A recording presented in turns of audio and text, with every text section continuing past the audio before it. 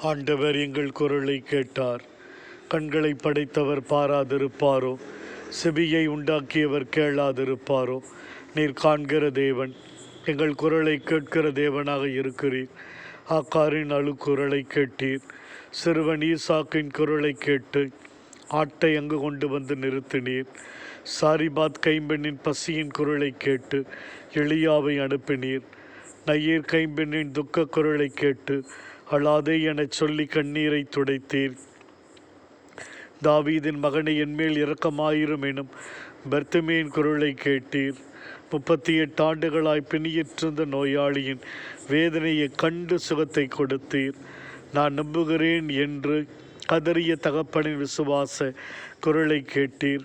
ஆண்டவரே, ஒரு வார்த்தை சொல்லும் என்ற தலைவனின் சூழ்நிலையில் நம்பிக்கையை கண்டீர். நீர் விரும்பினால் என் அர்ப்பணித்த தொழுநோயாளியின் துன்பக் குரலை கேட்டு விரும்புகிறேன் எனச் சொல்லி சுகம் தந்தீர்.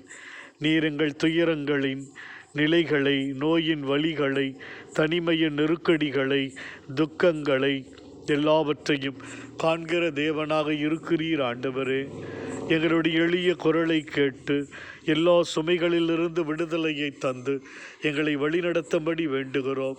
நீ செய்த அனைத்து நன்மைகளுக்கும் ஆண்டவரே நாங்கள் நன்றி கூறுகிறோம்.